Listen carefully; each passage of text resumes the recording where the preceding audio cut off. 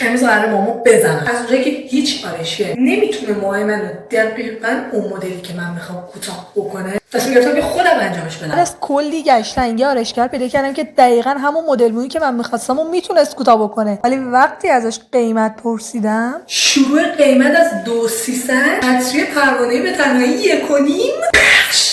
از اونجایی که من از این پولا به کسی ندادم خودم دست به قیچی شدم و شروع کردم. قبلا یه بار این کارو انجام دادم. پارسال فکر کنم موهامو لیر کوتاه کردم. که البته فکر کنم دیگه لازم نباشه که بگم که خوب پیش نرفت. به هر حال بگذریم. شاید حداقل شما فکر کنید که این دیگه 2 تا ویدیو یوتیوب دیده میخواد ماهاشه بزن. نه بیبی منم مثل تو نمیدونم آخر این ویدیو قراره چی بشه. اسپانسر این ویدیو آپاقا کوروش. خدا چماهای سفیدم منو بکش بالا. فکر کنم باید قبلش موهام شروع میکردم. سالی از پارسالی هم بدتر شد.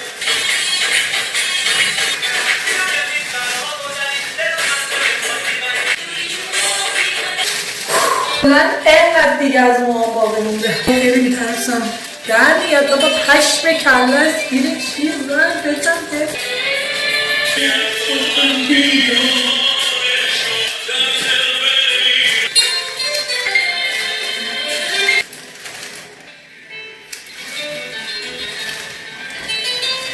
کنم اینا رو نمارد میزاده.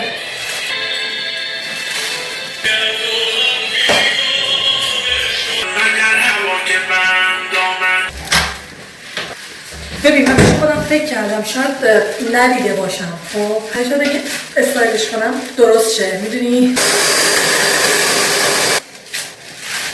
2300 پولی نیست میدونی الان دارمش فکر میکنم سیبیدم 1 کیلو چنده پول 4 تا پیتزا بود 4 تا کافه نمیرفتیم که اصلا ناراحت نیستم واقعا.